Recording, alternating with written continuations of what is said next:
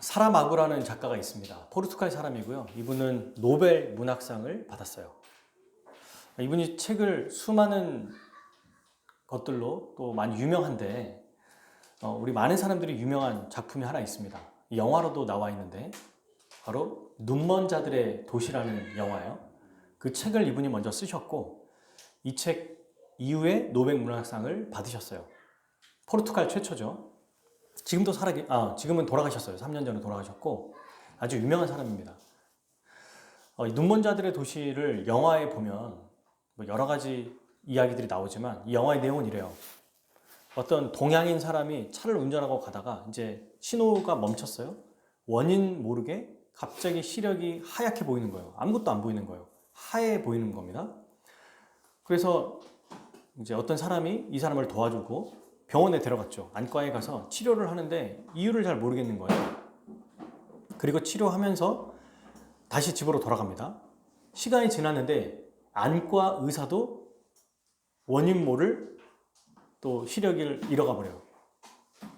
그리고 안과 의사와 함께 있었던 간호사들, 점점점 사람들이 다 눈을 멀게 되는 겁니다. 신기한 게 안과 의사의 아내였던 이 사람만 시력을 잃지 않아요. 점점점 시력을 많이 잃어가는 게 이제 정부에서도 부담이 되니까 이게 바이러스 때문이라고 생각하고 전부 눈먼 사람들을 정신병동에다 가둬버려요. 그리고 군인들을 보고 못 나오도록 지키게 합니다. 정신병동에 있었던 실제로 그 사람들은 어떻게 될까요? 그 사람들도 다 눈이 먼 거예요. 그래서 이 안에서 얼마나 흉악하고 악한 일들이 벌어지는지가 나와요. 그러니까 눈이 떴을 때는 사람들이 기본적으로 예의도 있고 또 다른 사람들을 배려하는 마음도 있고 도덕적이고 윤리적인 삶을 살았는데 눈이 멀고 나니까 이제는 앞이 안 보이잖아요. 그러니까 마음대로 살아가는, 그래서 다른 사람을 착취하고 괴롭히고 힘들게 하고 음식 때문에 먹는 것 때문에 정말 막 수많은 쟁탈전이 일어나거든요. 그게 정신병동 안에 일어납니다. 그리고 마침내 이 혼자 눈을 뜰 수 있는 이 여인이 거기에서 어떻게든 이 무리 몇몇 사람들을 데리고 빠져나와요. 밖으로 나오면 우리가 그래도 살만할 거야. 밖에 나왔더니 어떻습니까? 더 아수라장인 거예요. 뭐 쓰레기부터 오물이며 막 온 동네에 막 다 돼 있어요. 다 눈 먼 거예요. 나와보니까. 그렇게 이제 영화가 거의 끝날 때쯤에 이 여주인공이 이렇게 얘기해요. 나중에 이제 눈이 멀었다가 갑자기 처음 눈이 멀었던 사람부터 한 명씩 한 명씩 눈이 다시 뜨기 시작하거든요. 다시 보이기 시작한 거예요. 그러니까 왜 실명됐는지와 왜 보게 됐는지는 이 영화에서 나오진 않아요. 이 영화는 그걸 얘기하지 않습니다. 그러면서 이제 얼마나 추악한지 인간의 욕망이 보여주는데 이 여인이 이렇게 말해요. 유명한 대사가 이겁니다. 나는 우리가 눈이 멀었다가 다시 보게 된 것이라고 생각하지 않아요. 나는 우리가 처음부터 눈이 멀었고 지금도 눈이 멀었다고 생각해요. 그러니까 눈을 뜨기 전이나 눈을 떴을 때나 우리 인간의 악한 본성은 동일하다.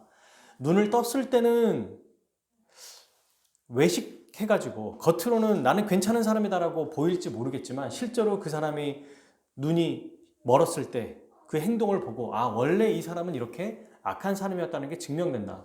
라는, 이게 처음부터 우리가 원래 눈먼 사람이었다고 생각한다. 이 대사가 유명한 말이거든요. 뭘 얘기하는 걸까요?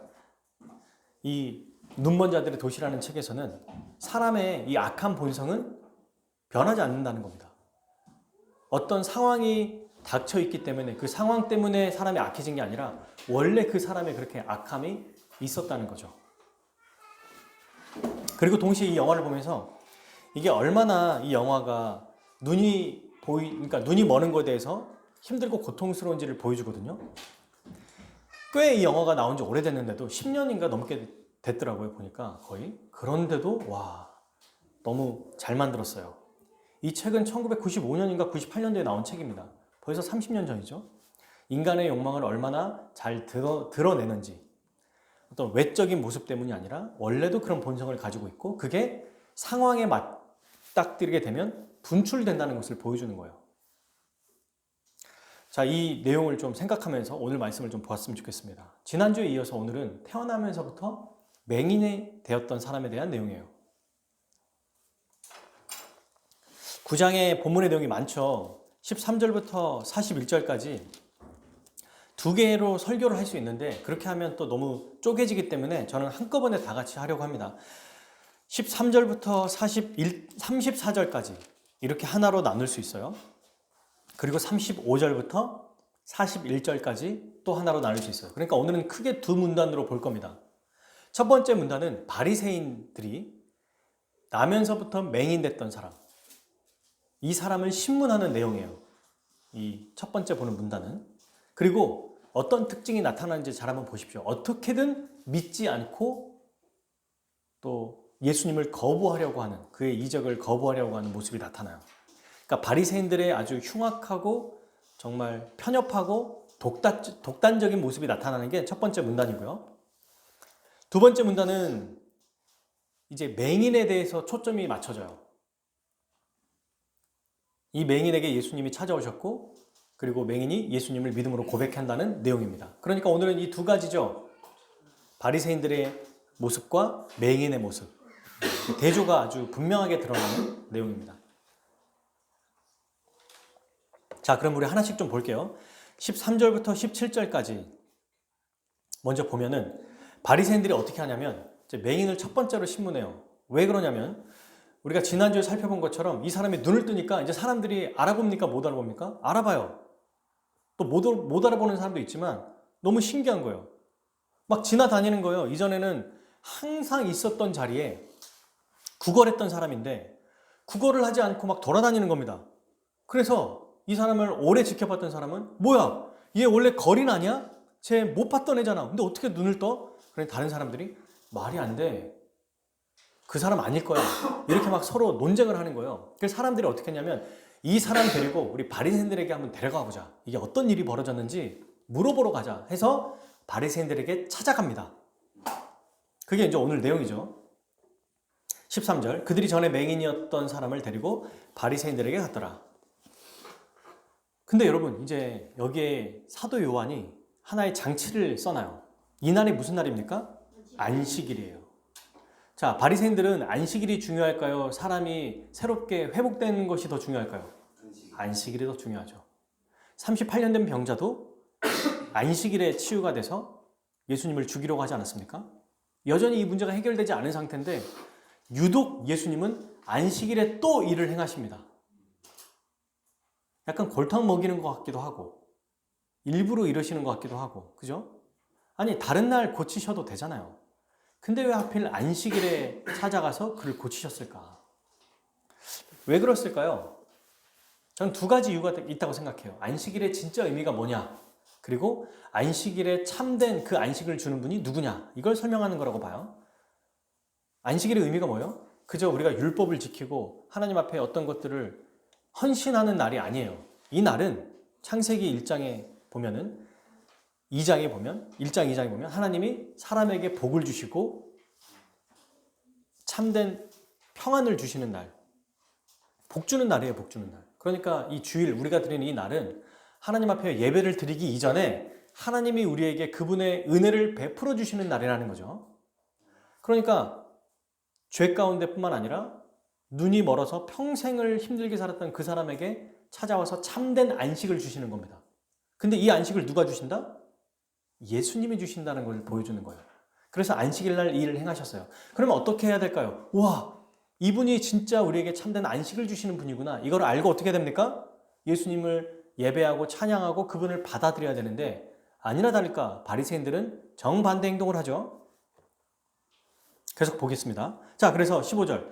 그러므로 바리새인들도 그가 어떻게 보게 되었는지를 물어요. 자, 맹인 됐던 사람, 이 사람을 이제 그라고 얘기할게요. 그냥 뭐 맹인이었었던 사람 이러면 너무 기니까 맹인 그냥 그라고 하겠습니다. 그는 두 번 지금 얘기하고 있는 거예요. 그죠? 처음에는 사람들이 물어봅니다. 그죠? 10절.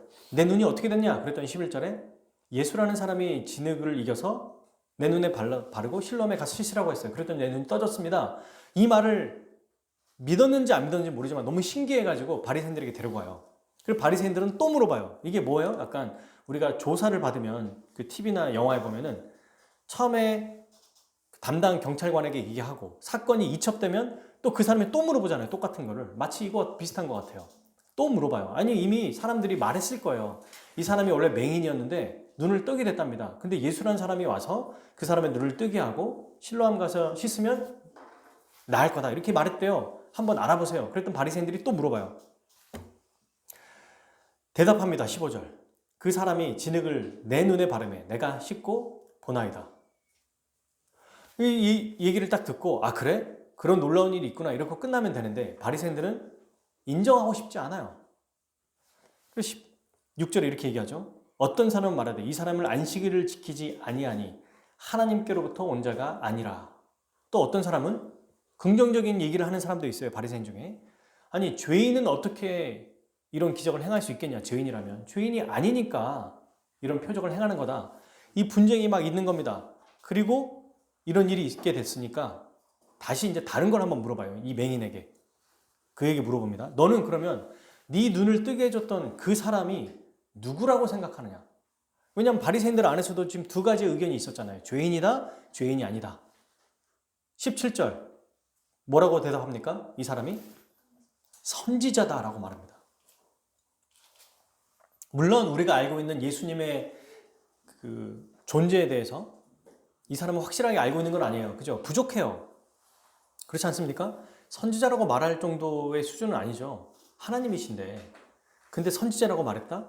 이 사람이 아는 한도에서는 최고의 표현인 거예요. 왜? 예수님을 몰랐잖아요. 지나가도 관심도 없었잖아요. 근데 예수님이 눈을 뜨게 해주시는 그 사건을 경험하면서부터 어떤 일이 벌어져요? 아, 이분은 선지자구나. 이렇게 대답합니다. 바리새인들도 대답하지 못했던 참된 표현에 점점 가까워지고 있어요. 이 사람은. 왜? 그리스도를 통해서 은혜를 받았기 때문에. 은혜 받은 자의 이 마음이 생각이 어떻게 변했는지를 보게 됩니다. 자, 그리고 이렇게 얘기하니까 자기네들이 원하는 대답이에요? 아니에요? 아니에요. 죄인입니다. 모르겠어요. 그 사람 이상한 사람인 것 같아요. 라고 말해야 됩니다. 38년 된 병자 기억나시나요? 이 사람도 오히려 예수님을 의지하기보다 고발했잖아요. 내 눈 뜨게 한 사람 예수다라고. 그러니까 이렇게 반응이 오기를 바랐을지도 몰라요. 바리새인들이. 근데 오히려 선지자라고 말하니까 안 되겠다 싶어서 이제는 이 맹인을 치워버리고 누구를 부릅니까? 부모를 불러요. 자, 17절 얘기하고 나서 18절 유대인들이 그가 맹인으로 있다가 보게 된 것을 뭐한다? 뭐라고 돼 있어요? 믿지 아니하고. 안 믿어요. 얘기해도. 그렇게 얘기하고 이 사람이 말했는데도 안 믿어요. 어떻게든 부정하려고 합니다. 부인하려고 해요. 그죠? 이 사람들의 특징이에요. 이게. 믿지 않는 것. 눈 뜨고 보고 있어도 안 믿어요. 여러분, 그래서 저는 믿음에 대해서 이런 생각을 해봤어요. 많은 사람들이 이렇게 얘기합니다. 그러니까 기적이 일어나거나 어떤 놀라운 일들이 내 생에 좀 일어나면 내가 믿겠습니다. 라고 말하는데 그런 이적이 일어나도 안 믿는다니까요. 믿음은 하나님의 말씀으로만 생기는 겁니다. 이적이나 표적이나 기적을 본다고 그냥 그거 보고 기뻐하고 즐거워하는 거지 그게 우리의 믿음을 주는 게 아니에요.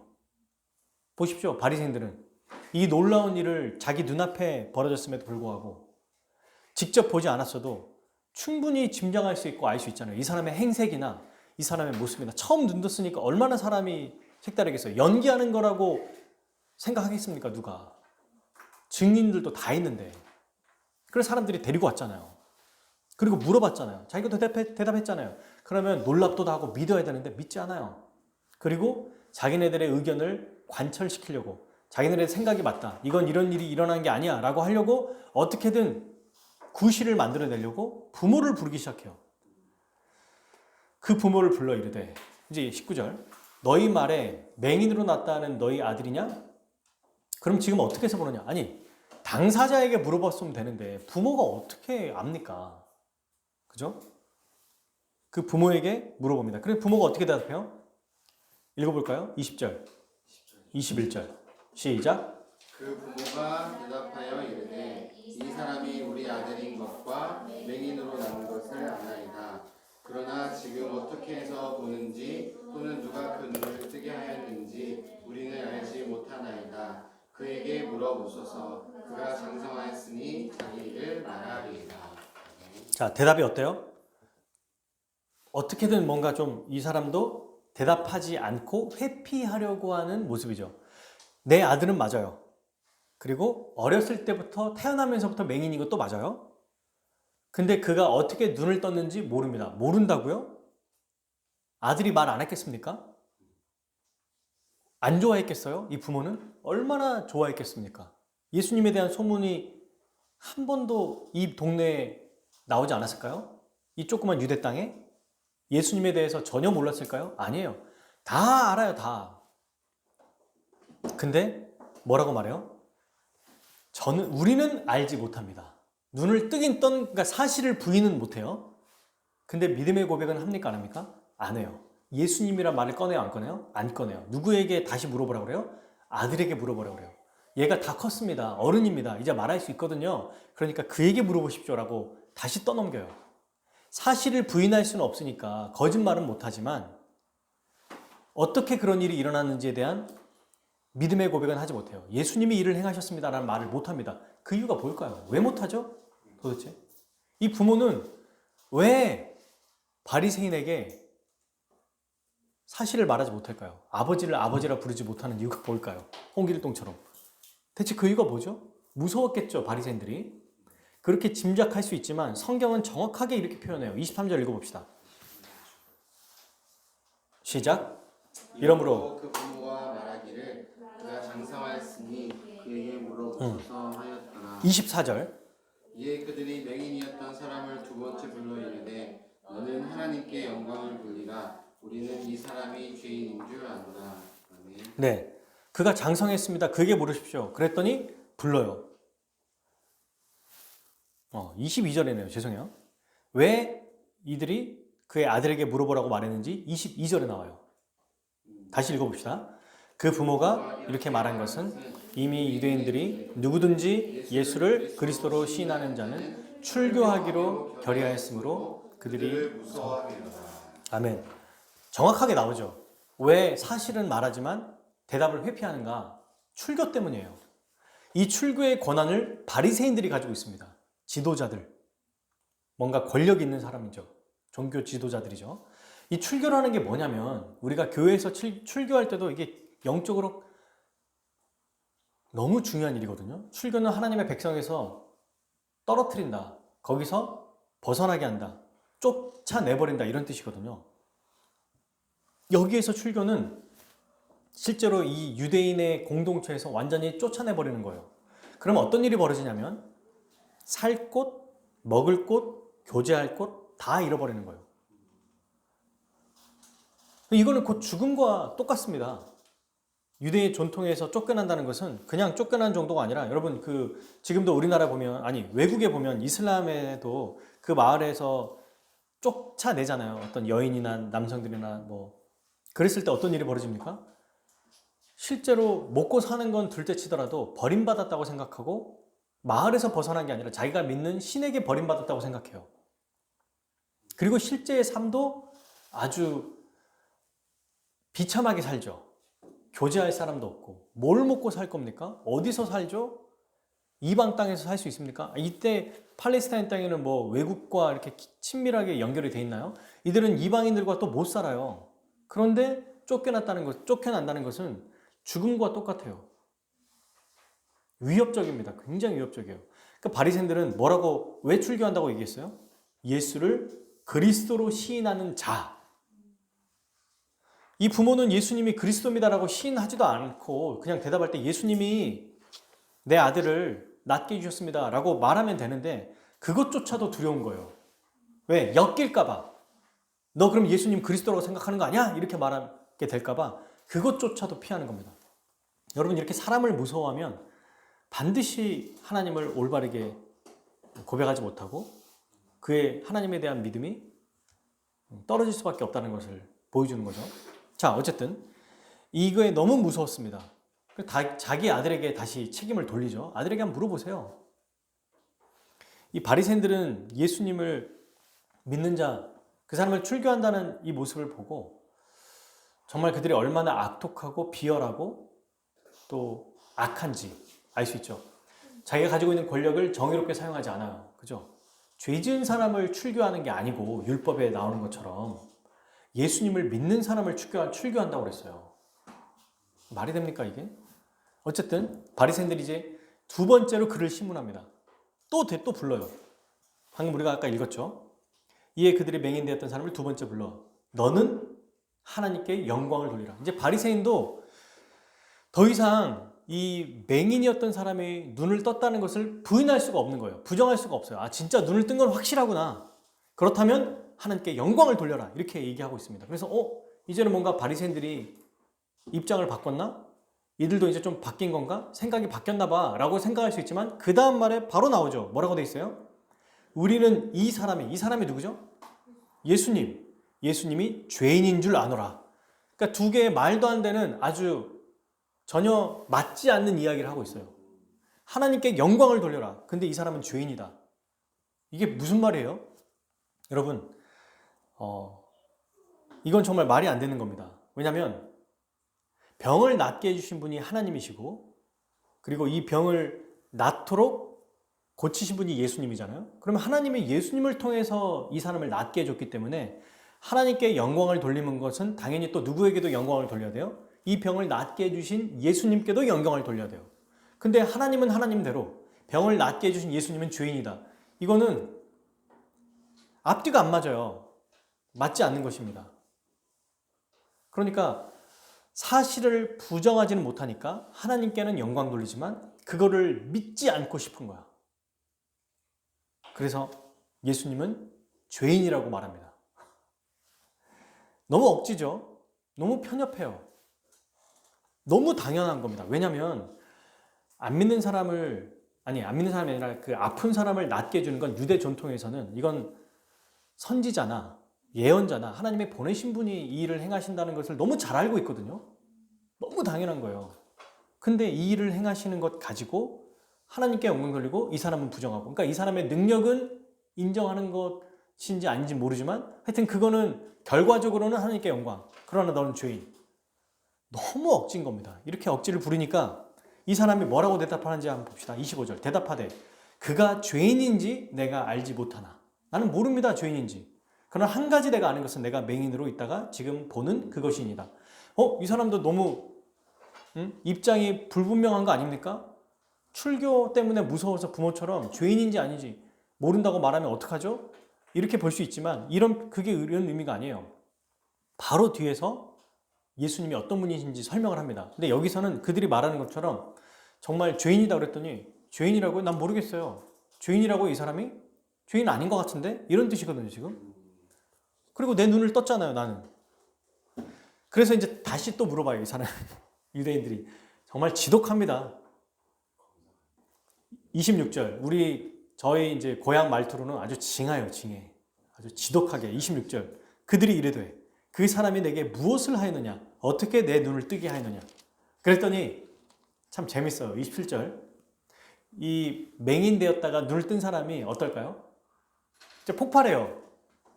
뭐 하는 거야, 지금? 27절 읽어봅시다. 대답하되 내가 이미 일렀어도 듣지 아니하고 어찌하여 다시 듣고자 하나이까? 당신들도 그의 제자가 되려 하나이까? 아니, 말했잖아요. 지금 몇 번 얘기하라고. 또 얘기하라고? 왜 이렇게 말을 안 듣습니까? 안 들어요, 안 들어. 이렇게 아집과 고집을 있는 사람은 남의 얘기를 안 듣죠. 그러면서 왜 또 들으려고 해요? 계속 듣고 싶은 것은 예수님에 대해서 알고 싶어요? 당신들도 예수님의 제자가 되려고 하는 거예요? 이건 진짜 비아냥의 극치인 것 같아요.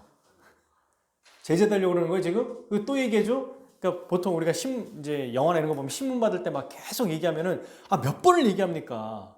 당신도 똑같은 사람 아니야? 이렇게 말하는 거 지금. 그죠?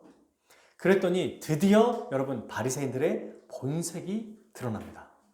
28절에 그들이 뭐예요? 욕해요.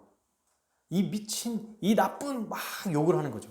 그리고 뭐랍니까? 너는 그의 제자나 우리는 모세의 제자다. 욕하면서 뭐라고 말하냐면 모세는 정통성 있는 율법의 아주 지도자잖아요. 율법을 하나님께 받았고 이스라엘을 이끌어가는 아주 위대한 지도자였어요. 그의 제자라고 말하고 있어요.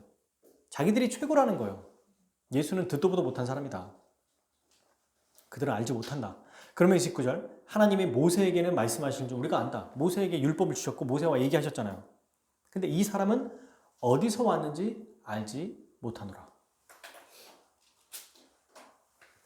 어디서 왔는지 모른대요, 이 사람이. 말할 수 있는 게 이거밖에 없죠. 그랬더니 이제 여러분, 마침내 이 맹인이 아주 멋진 믿음의 고백을 해요. 자, 한번 봅시다. 30절. 그 사람이 대답하여 이르되 이상하다. 이 사람이 내 눈을 뜨게 하였으니 당신들은 그가 어디서 왔는지 알지 못하는도다. 왜 이상하냐면 성경을 이렇게 능통한 모세의 제자라고 하는 사람들은 지금 이 현상을 보고 대답할 수 있어야 된다는 거예요. 마치 대학 교수인데 그냥 애들에게 산수 하나 문제 알려달라고 가져왔는데 못 푸는 거와 똑같은 거예요. 지금 못 풀고 있다는 거예요. 모른다고 말하고 있는 겁니다. 그러면서 지금 이 맹인이었던 사람이 가지고 있는 지식을 가지고 어디까지 접근하는지를 보세요. 31절. 하나님이 죄인의 말을 듣지 아니하시고. 자, 첫 번째. 하나님은 죄인의 말을 듣는다 안 듣는다? 안 듣는다. 그럼 이 사람은 죄인이다 아니다? 아니다. 경건하여 그의 뜻대로 행하는 자의 말을 들으신 줄 우리가 아나이다. 우리가 아나이다야. 우리는 알고 있잖아요. 바리새인들이요, 종교 지도자들이요, 우리 모든 민족들은 너무나 잘 알고 있습니다. 하나님은 죄인의 말을 듣지 않잖아요. 그의 말씀대로 행하고 그의 뜻대로 행하는 사람의 말을 듣잖아요. 그죠? 우리는 이게 너무 전통적이고 우리가 익히 알고 있었던 내용이에요. 이건 당연한 거예요. 이거를 누구도 부인할 수 없어요. 32절. 창세 이후로 맹인으로 난 자의 눈을 뜨게 했담을 못 들었습니다. 네, 지금까지 여러분 아픈 사람을 고치거나 귀신을 쫓아내는 일은 많이 있었는데 눈을 뜨게 한 사람은 없었다는 거예요. 구약에서도. 죽은 사람을 살리는 엘리야도 있을지 모르지만 눈 뜬 사람을 본 적은 없다는 거죠. 한 번도 못 들었습니다. 33절. 그러니 이 사람이 하나님께로부터 오지 아니하였으면 아무 일도 할 수 없으리다. 엄청난 고백입니다. 왜? 첫 번째, 자기는 이 사람이 죄인인지를 내가 모릅니다라고 했지만 바로 뒤에서 뭐라고 말했어요? 하나님은 죄인의 말을 안 듣습니다.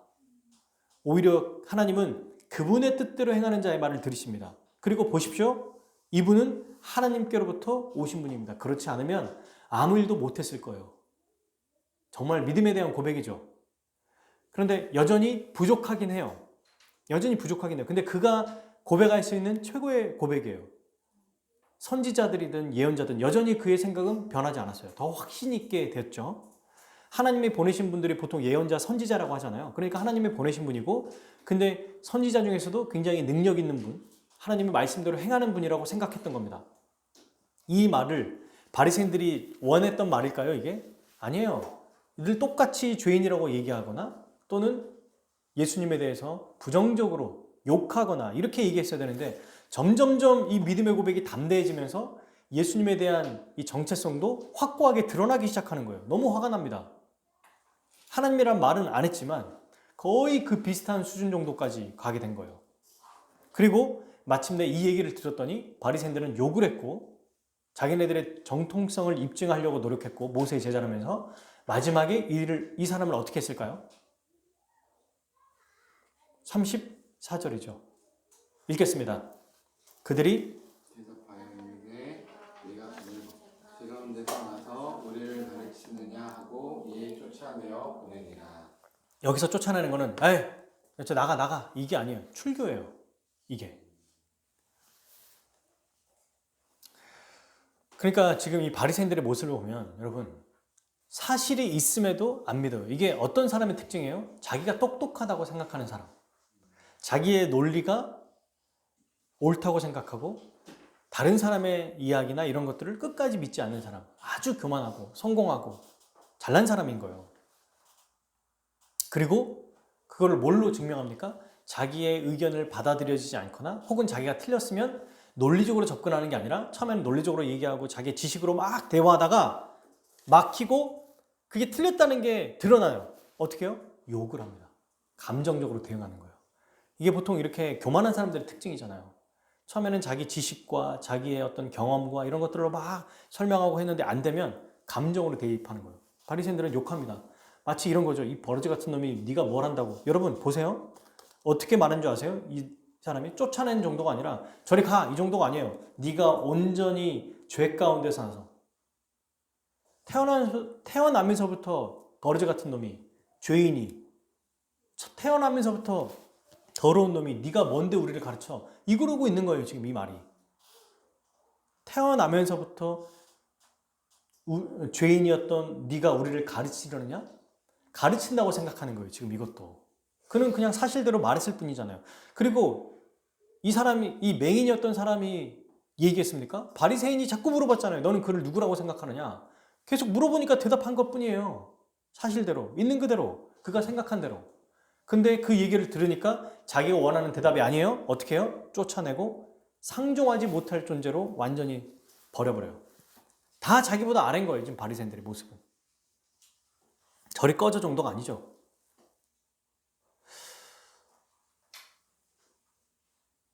이 바리새인들의 모습을 보면은 독단적이고 교만하고 우월주의자. 그러니까 오늘날로 말하면 약간 인종차별주의자 같은, 그죠? 다른 인종이 자기보다 훨씬 더 떨어진다. 내가 훨씬 더 우월하다. 뭐 비하하는 모습들이 사실 종종 나타나는 것 같아요.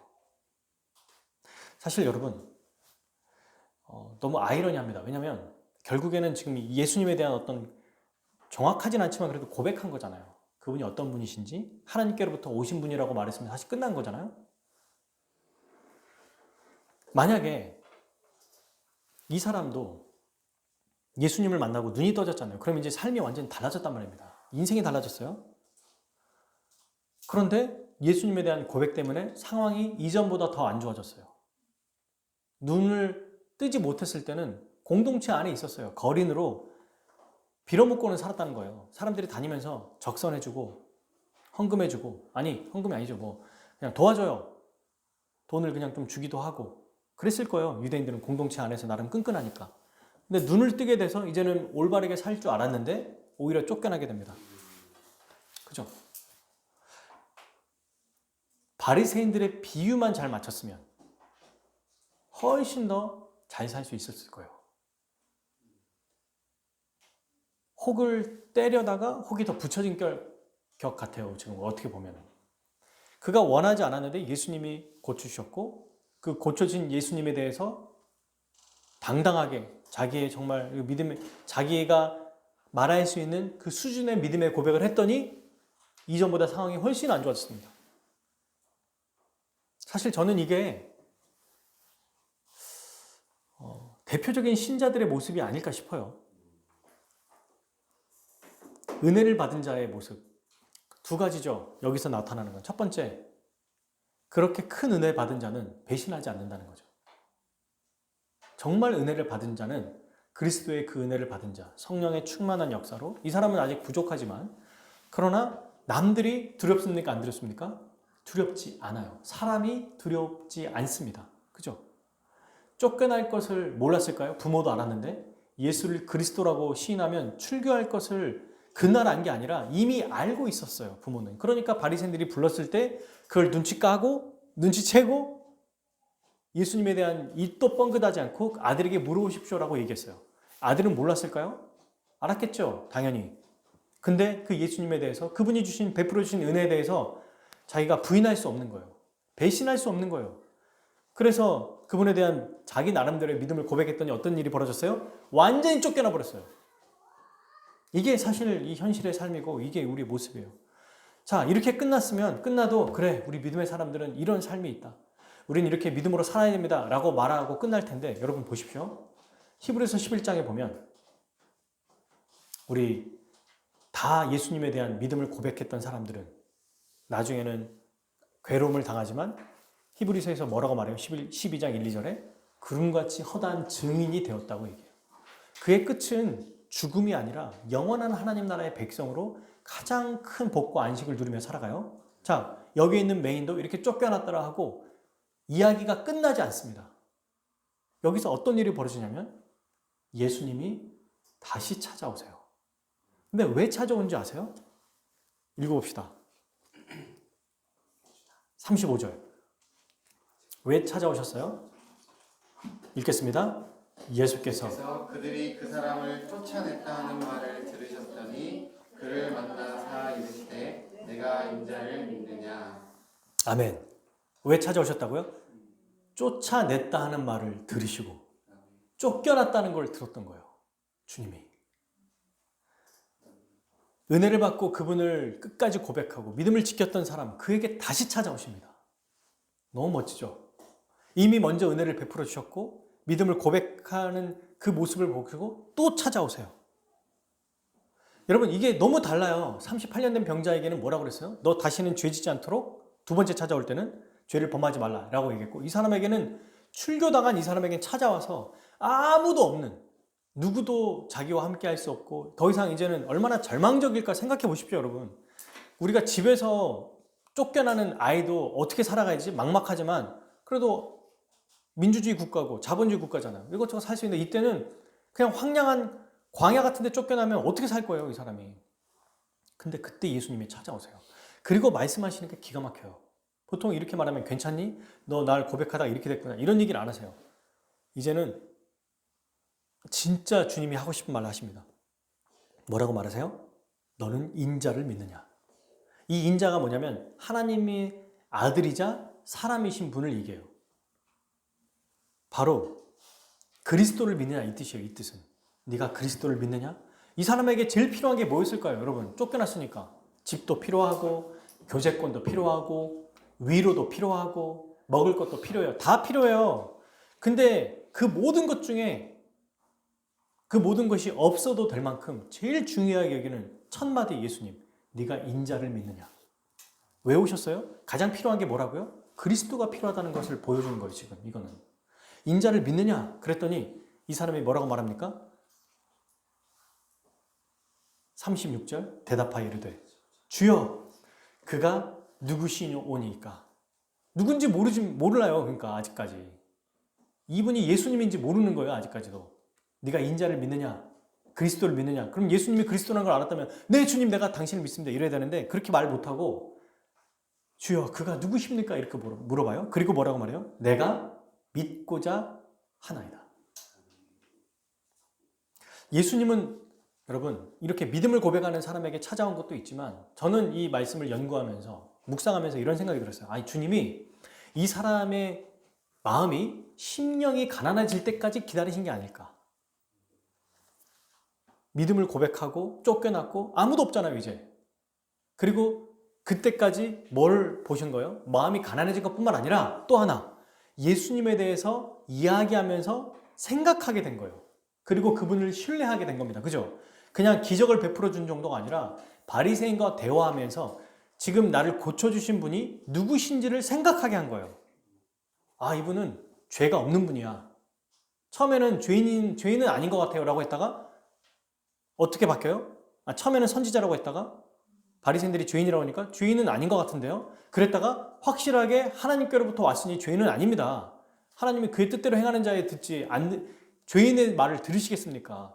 그리고 하나님께로부터 온 자가 확실해요 라고 해서 예수님에 대한 믿음, 어떤 얘기를 하더라도 예수님을 신뢰할 수 있는 그 장치까지 만들어준 다음에 거기에 엎친 데 덮친 격으로 완전히 이제는 쫓겨나서 아무도 의지할 수 없는, 어떤 것도 바랄 수 없는 그 상태에 주님이 찾아오신 거예요. 그리고 물어보십니다. 그리스도를 믿느냐? 인자를 믿느냐? 오늘 우리에게도 똑같이 물어보시겠죠. 네가 인자를 믿느냐? 우리는 아멘 하고 이렇게 받아들이는데 이 사람은 모르니까 네, 근데 그분이 누구십니까? 주여, 이 말은 여기서 주님이라고 하잖아요. 아니요, 선생님이야 뜻이에요. 선생님, 그분이 누구십니까? 나 믿고 싶어요. 알려주세요. 그분에 대해서 알려주세요. 이렇게 열렬한 적이 있었어요? 여러분, 이 맹인이 처음 예수님 만났을 때를 생각해 보십시오. 예수님이 지나가도 관심이 없었어요. 그죠? 아무 관심이 없었어요. 근데 지금은 어때요? 눈 떠지는 것보다 그리스도를 믿고 싶은 마음이 더 커졌어요. 자, 이게 무슨 뜻일까요? 예수님은 왜 이 사람을 다시 찾아왔을까요? 육체적인 눈을 뜨게 해주심으로 어디에 더 눈을 뜨게 하는 것을 보게 하신 거다? 영적인 눈을 뜨는 것이 얼마나 중요하고 그것이 더 중요한 목적이라는 것을 보여주시는 거예요. 육적인 눈을 뜨게 해주신 그 예수님은 영적인 눈을 마침내 뜨게 해주시기 위해 오셨어요. 다시 말하면, 이걸 또 바꿔 말하면 왜 육적인 눈을 뜨게 해주신 거예요? 영적인 눈을 뜨게 해주시려고. 그것이 목적인 거예요. 주님은. 눈만 뜨고 끝난 게 아니고 진짜 영적인 눈이 띄어지는 것. 그걸 위해 다시 찾아왔습니다. 그리고 그 상황을 가장 극한으로 몰아놨죠. 그죠? 예수님이 더 이상 말할 필요가 없으세요. 네가 인자를 믿느냐? 너 그리스도를 믿니? 하나님이 보내신 메시아, 그 사람의 아들, 아니 사람의 아들이자 하나님의 아들이신 사람으로 오신 그분을 믿느냐라고 물어보시는 거예요. 왜? 이 사람에겐 더 이상 의지할 거 없고 믿을 게 없고 그것밖에 없거든요. 그랬더니 이 사람이 네, 그분을 믿습니다. 근데 그분이 누군지 몰라요. 좀 알려주세요. 예수님 말씀하시죠? 31절 예수께서 이르시되 내가 그를 보았거니와 지금 너와 말하는 자가 그이니라. 와, 너무 멋있는 표현이에요. 네가 지금 그를 봤어. 에? 그리고 지금 그와 얘기하고 있어. 이 말을 듣고 이 맹인의 장면을 생각해 보십시오. 38절 이르되 주여 내가 믿나이다 하고 어떻게 합니까? 절하는지라. 이전에는 절했어요? 안 했어요? 안 했어요. 이 절이 여러분 원어로 보면 월십이에요. 예배하다는 표현입니다. 예배. 엎드린다는 것. 주님의 은혜를 깨닫고 주님이 그를 찾아오셔서 육적인 눈을 뜨게 해주시고 그리고 그의 영적인 눈을 뜨도록 도와주셨죠. 마침내 그 눈을 뜨게 되고 주님을 보게 해주셨어요. 그랬더니 어떻게 합니까? 그분 앞에 예배하게 되는. 이게 우리 신자의 일면의 과정이 아닐까요? 두 가지가 있는 것 같아요. 여러분 바리새인들에게 예수님은 안 찾아오셨나요? 찾아가셨어요. 그죠? 예수님을 바리새인들이 만난 적이 없나요? 많이 만났어요. 예수님과 대화한 적이 없나요? 많이 대화했어요.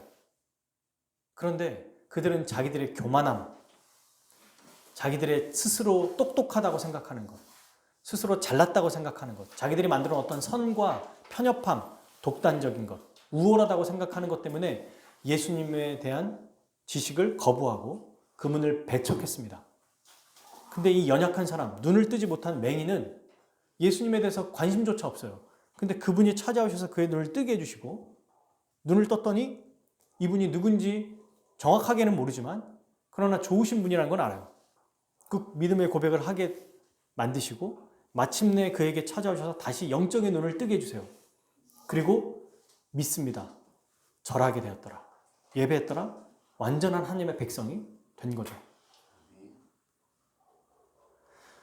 이 말씀의 핵심은 예수님의 마지막 여기 39절에 나와요. 이 9장 전체의 핵심이 바로 39절입니다. 같이 읽겠습니다. 예수께서 이르시되 내가 심판하러 이 세상에 왔으니 보지 못하는 자들은 보게 하고 보는 자들은 맹인이 되게 하려 함이라 하시니. 본다고 말하는 사람, 이게 무슨 뜻이에요? 스스로 나는 똑똑해, 나는 알아, 내가 이것 좀 할 줄 알거든, 주님 없어도 내가 이것 좀 할 줄 알아 라고 하는 사람들에게는 못 보게 하신다는 거예요. 그리고 보지 못하는 자들은 보게 하신대요. 보지 못한다는 게 뭐예요? 이 맹인의 모습을 보면 연약한 것, 부족한 것, 어리석은 것, 주님 앞에 도움이 필요하다고 요청하는 거예요. 이게 주님이 필요합니다 라고 말하는 사람. 본다고 말하는 사람은 어떤 사람이에요? 주님이 필요하지 않습니다 라고 말하는 사람이에요. 이 사람의 차이는 엄청난 차이를 벌어들이죠. 40절 바리새인 중에 예수와 함께 있는 자들이 이 말씀을 듣고 그럼 우리가 맹인이란 말입니까? 우리도 맹인인가? 예수님이 또 똑같이 얘기하세요. 41절 마지막 절이죠. 오늘 예수께서 이르시되 너희가 맹인 되었더라면 죄가 없으려니와 본다고 하니 너희 죄가 그대로 있느니라. 자, 여러분 다시 이제 정리를 해봅시다. 바리새인처럼 예수님 필요 없다, 내가 똑똑하다, 내가 주님이 없어도 된다, 옳다라고 생각하는 자들은 어떤 자들입니까? 죄가 여전히 있는 자들. 왜요? 그리스도를 통해서 죄사함을 받지 못했기 때문에. 아까 제가 처음에 눈먼 자들의 도시라는 내용 얘기를 했죠. 바리새인들이 그런 자들인 거예요. 아니 우리가 그런 자들이에요. 우리가 다. 상황만 생기면 언제든지 악한 본성이 나타나고 그 악한 본성이 증명되는 자들이에요. 근데 바리새인들은 그것을 숨기고 아닌 척했어요. 아니라고 말했어요. 자기네들은 눈을 뜬 자들이다, 자기들은 얼마나 도덕적이고 윤리적인 자들이다 말했지만 이 맹인은 그렇게 고백할 수가 없어요. 그냥 그 자체로 자기의 약점이 드러나거든요. 연약한 자입니다. 보지 못한다고 말한 자들이 어떤 자예요? 연약한 자예요. 아무것도 할 수 없다고 말하는 사람이에요. 죄가 있다고 고백하는 사람이에요. 궁극적으로 주님이 필요합니다라고 매일매일 고백하는 사람입니다. 이 사람에게 우리 주님이 찾아오시고 그에게 은혜를 베풀어 주신다는 것. 이게 오늘 말씀, 이 9장의 전체 큰 맥락의 핵심입니다. 예수님은 누구에게 찾아오세요? 나는 의인이 아니라 죄인에게. 건강하는 자에게는 의원이 필요 없지만 아픈 자, 연약한 자, 병든 자는 의원이 필요하지 않냐. 내가 그래서 왔다. 바리새인들은 자기들이 의인이라고 생각한 거죠. 그러나 죄인들은 자기의 죄인임을 알게 됩니다. 사랑하는 여러분, 저는 이 말씀을 보면서 우리가 바리새인이다. 맞아요. 근데 우리도 어쩌면 너무 많이 껍데기를 쌓아놔가지고 내 스스로를 못 보고 있는 건 아닌가 싶기도 해요. 너무 내 안에서도 저도 보면은 욕심, 욕망, 또 이 도덕적으로 악한 생각들, 또 시기하고 또 어떤 것들을 화를 내고 분노하고 조금만 안 좋으면 또 막 내 이익에 벗어나면은 거기에 막 화를 내고 이런 게 이번 한 주만 봐도 너무 많더라고요, 제가. 여기서 설교하지 못할 정도로 부끄러울 정도로 많아요. 제 가족들이 있잖아요. 가족들은 너무 잘 알걸요? 제 민낯이 어떤 것인지. 여성들로 말하면 화장을 지운 완전한 쌩얼의 그 모습이 어떤지를 알 거예요. 주님은 다 아시거든요. 근데 목사라는 그 타이틀 때문에 아닌 척하며 살아가고 계속 그러면 그렇게 믿어요. 나는 원래 괜찮은 사람이잖아. 그럼 오늘 말씀에서 뭐라고 말합니까? 그 쌩얼을 다 쌩얼로 사라는 거예요. 주님 앞에서는. 껍데기를 벗기라는 겁니다. 민낯을 드러내라는 거예요. 내가 얼마나 악한 사람인지. 바리새인과 똑같이 우리는 얼굴과 몸은 멀쩡하니까 괜찮다고 생각해요. 다른 사람과 비교해서 저렇게 버러지 같은 놈보단 내가 나아 라고 하면서 수도 없이 수백 번 수천 번 하루에도 정말 셀 수 없을 만큼 자기의 유능함을 생각하고 남들보다 낫다고 여깁니다. 저는 그게 우리의 모습이라고 생각해요. 근데 오늘 주님 뭐라고 하십니까? 본다고 말하면 죄가 그대로 있다고 얘기해요. 저는 우리가 매일매일 살아가면서 얼마나 큰 죄인인지, 얼마나 하나님 앞에 악한 자인지 바르게 오늘 말씀을 통해서 우리를 봤으면 좋겠습니다. 그리고 그분 앞에 이 맹인됐던 자와 같이 눈을 뜰 수 없었잖아요, 이 사람은. 우리도 고백하는 거예요. 주님, 저는 제 힘으로 눈을 뜰 수 없습니다. 저는 눈 뜨지 못한 자였습니다. 이렇게 겸손하게 고백하면 좋겠습니다. 그리고 엎드리며 살아갔으면 좋겠어요. 우리는 구원받았으니까 저는 사실 이런 본문들을 설명하면서 제가 제일 어려워하는 그 적용의 포인트가 어떤 거냐면 보통 보면 여기서도 예수님이 그를 구원해 주셨다 이렇게 끝날 수 있잖아요. 근데 구원은 우리는 받았단 말입니다. 우리는 믿는 사람들은. 그럼 구원의 문제니까 이 말씀도 구원의 문제니까 끝입니다. 여러분 우리는 모두 다 구원받았어요? 그러니 예수님 믿음으로 고백합시다. 이 사람이 예수님 믿었잖아요. 그래서 구원받았어요? 우리도 예수님 믿습니다. 아멘 하고 끝나는 게 이게 다가 아니라는 거. 이 고민에 대한 적용에 대한 고민. 그럼 오늘 이 말씀에서는 어떤 얘기를 우리에게 하시는 건가? 매일매일 자기가 눈을 뜰 수 없다고 고백하는 자로 살아야 된다는 거예요. 이게 진짜 중요한 포인트구나. 바리새인들처럼 우리에게 이런 모습들이 있다는 것을 인정해야 된다는 겁니다. 겸손이 뭔지 아세요? 주님 앞에서 똑똑하지 않다고 생각하는 거예요. 주님 앞에서 나는 어리석은 자입니다라고 진심으로 고백하는 거예요. 주님 앞에서 미련하다고 말하는 사람. 즉 이게 뭐예요? 주님의 도움이 절실하게 필요하다고 정말 마음 깊이 요청하는 사람인 거예요.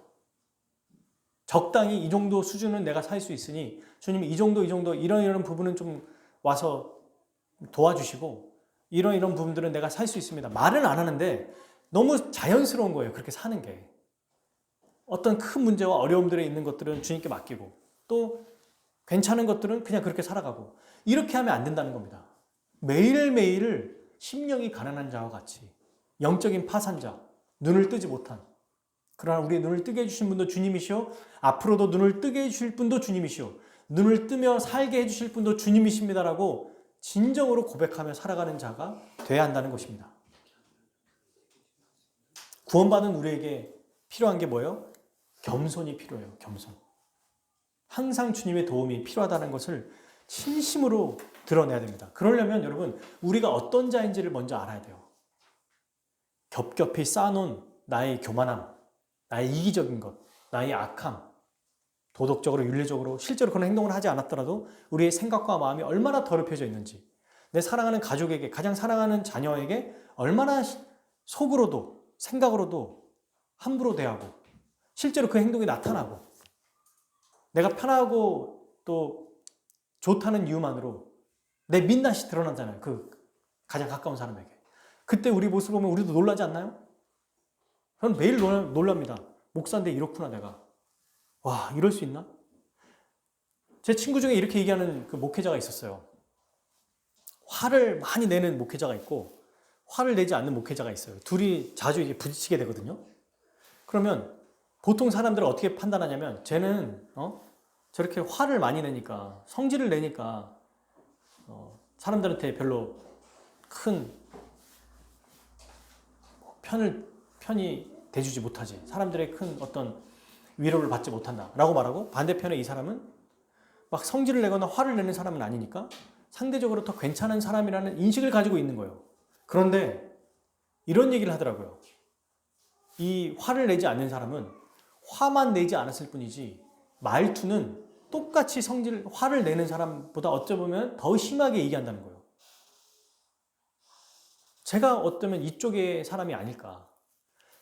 화를 내거나 막 분노를 내지 않나요? 저도 그럴 때가 있죠, 당연히. 조금만 뭐 해도 막 예민해져 있을 때는 막 폭발하고 화내고, 그런 거 보면 내가 목사가 맞나? 신자가 맞나? 고민할 때가 있습니다, 실제로. 와, 이게 너무 부끄럽다. 어떨 때는 내가 아는 사람이 없었으면 좋겠는 거예요. 내가 너무 화를 낼 때는. 너무 부끄러워서.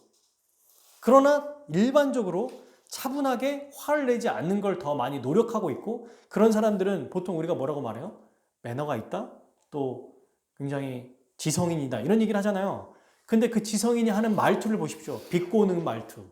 지성인이 하는 그 담겨있는, 화는 안 내지만 조목조목 그 사람을 말로 죽이는 이 악함.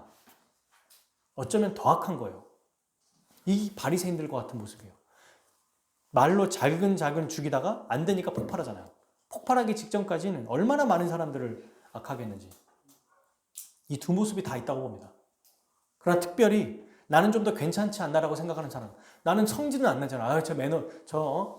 못 배운 사람처럼 나는 화는 안 냅니다. 아니요. 못 배운 사람들이 화내는 게 차라리 나아요. 우리는 화를 안 내고 더 많은 사람을 찔러 죽입니다. 말로 죽이고 더 악하게 얘기하고. 근데 흥분하진 않는 거야.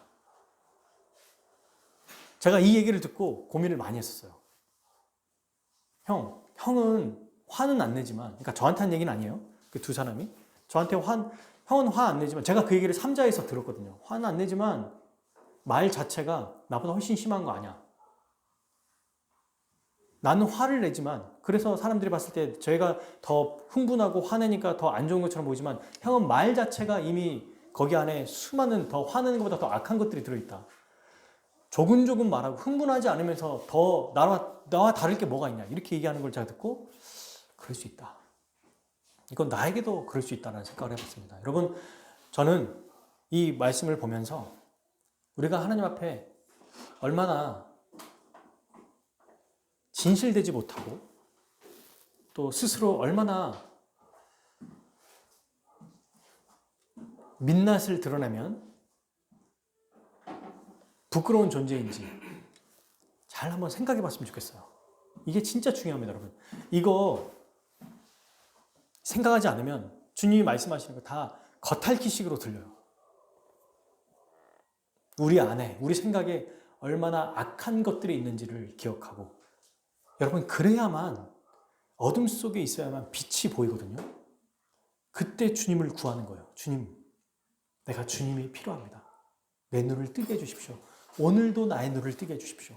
주님, 영원한 눈을 뜨게 해주셨잖아요. 그러나 이 죄 때문에 또 나는 오늘 하루를 눈먼 자처럼 살아갈 수밖에 없습니다. 주여, 주님의 은혜가 필요합니다.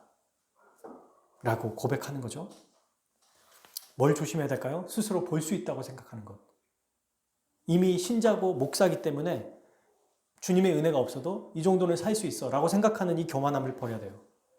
옳다고 생각하는 것, 언제든지 실수할 수 있다는 것, 이것을 생각해야 됩니다. 옳다고 생각하지 말아야 되겠죠. 똑똑하다고 생각하지 않아야겠죠. 나도 잘못할 수 있다고 생각해야 됩니다. 아주 많이, 정말 많이. 그리고 겸손해야 됩니다. 교만을 버려야겠죠.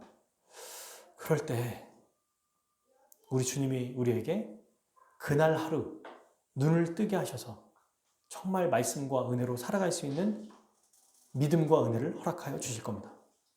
이게 정말 우리에게 주신 하나님 말씀이 아닐까 생각해요. 이 눈먼 자들의 도시에서 여러분 그 책과 영화의 말미는 그래서 인간은 그렇게 악하다로 끝나거든요. 근데 그렇지 않아요. 우리는 그리스도를 만난 사람, 그 책은 한계가 있지만 예수님을 만난 사람은 그곳에서 벗어납니다. 눈을 뜨지 못하고 그 본성대로 살 수밖에 없고 어떻게든 살아도 바리새인과 같은 모습으로 살 수밖에 없는 우리, 그런 자들, 그게 한계거든요. 인간의 한계. 그러나 주님을 만나면 바리새인과 같은 모습에서 벗어난다는 거예요. 진짜 눈먼 자들에서 눈을 뜨게 해줍니다. 왜? 그건 우리 힘으로 할 수 있는 게 아니거든요. 주님이 우리를 참되게 눈을 뜨게 해주시고 눈을 뜬 자로 살아가도록 은혜를 베풀어 주시기 때문입니다. 그래서 어떻게 돼요? 마지막 눈이 뜬 자로 매일매일의 삶이 하나님을 예배하는 삶. 내가 주님 믿습니다 하고 절하는지라 라고 했던 것처럼 주님의 은혜를 간구하면서 주님의 은혜가 필요합니다 라고 하고 그 은혜를 받아서 매일매일 주님을 예배하며 살아가는 삶이 우리에게 주께서 허락해 주실 거예요. 이미 그렇게 허락해 주셨어요. 그러나 더 우리가 주님 앞에 온전하게 주님의 은혜가 필요합니다. 네, 주님, 내가 주님이 필요합니다. 이 맹인이 주여 내가 믿나이다라는 이 말은요, 내가 주님이 필요합니다라는 말과 똑같아요. 네, 오늘도 주님이 필요합니다. 구원받았기 때문에 끝난 게 아니에요. 우리는 그리스도 안에 있기 때문에 안전하다고요. 맞아요, 안전한데 교만함이 있으면 또다시 우리는 하나님의 구원받은 자일지라도 하나님과 멀어지는 삶을 살아가요. 그리스도 안에 있기 때문에는 안전해. 그러니까 내버려 두고 마음대로 산다고요? 교만함의 이 본성이 다시 올라와요. 주님 필요 없다고 생각해. 어떤 거는 주님 필요하고 큰 문제는 주님, 작은 거는 내가 알아서. 그렇게 하면 안 된다는 겁니다. 매일매일 그리스도 안에 있다는 것을 겸손하게 감사하고 그분의 은혜를 간구하고 그리고 매일매일 주시는 은혜에 감사하고 감격하고 예배드리는 것, 이게 우리의 앞으로 남은 평생의 우리의 삶의 모습이 아닐까 생각해요.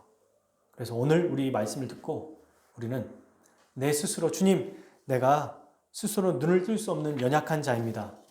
그렇게 겸손하게 고백했으면 좋겠습니다. 매일매일 이렇게 고백했으면 좋겠어요. 그리고 주님의 은혜만으로 나는 살아갈 수 있습니다라고 고백했으면 좋겠어요. 끝으로 그 은혜를 받아서 우리 일상의 삶이 하나님을 예배하는 삶이 되었으면 좋겠습니다. 감사하고 눈 뜰 수 없는 우리 같은 자를 뜨게 해주시고 또다시 주님 앞에 내가 맞아 이렇게 큰 죄인이었지, 다시 오늘 이 시간 엎드릴 때 우리 눈을 다시 뜨게 해주시고 다시 그 은혜를 받게 해주시고 은혜를 보게 하시고 누리게 하셔서 마침내 하나님을 예배하는 자로 또 매일매일 살아가게 해주실 거예요. 어제보다는 오늘이, 오늘보다는 내일이, 과거에 이런 수많은 죄들 주님 앞에 나가면 다 용서받습니다. 그리고 그것으로 끝이 아니라 그 은혜에 의지하여 계속해서 살아가야죠. 모든 운동의 가장 중요한 게 기본기라고 하잖아요. 저는 이게 우리 신앙의 기본기라고 생각해요. 겸손하게 주님 앞에 엎드려서 주님, 저는 눈을 뜰 수 없습니다. 이미 눈이 띄어졌을지라도 오늘도 주님, 저는 제 힘으로 눈을 뜰 수 없습니다. 저를 도와주십시오. 그리고 눈을 뜨게 해주십시오. 눈 떠서 보게 해주신 것에 감사합니다. 그리고 주님을 예배합니다. 이게 매일매일 우리의 기본기가 되었으면 좋겠습니다. 이번 한 주도 우리의 눈을 뜨게 하셔서 은혜를 부어주셔서 하나님을 예배하게 하실 우리 주님을 찬양합니다. 아멘. 우리 함께 같이 오늘 불렀던 찬양 함께 찬양하고 기도하겠습니다.